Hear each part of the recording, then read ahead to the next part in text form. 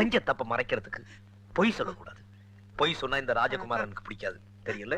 தம்பி, இனிமே நான் எந்த தப்பும் பண்ண மாட்டேன், பொய்யும் சொல்ல மாட்டேன். என்ன மன்னிச்சிருங்க தம்பி.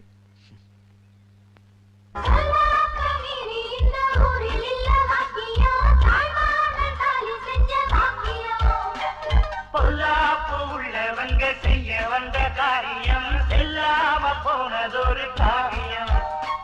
வம்போடு யாரும் வந்தா உன் வீரம் பேசட்டும், எப்போதும் ஏழை பக்கம் உன் காத்து வீசட்டும். வம்போடு யாரும் வந்தா உன் வீரம் பேசட்டும், எப்போதும் ஏழை பக்கம் உன் காத்து வீசட்டும்.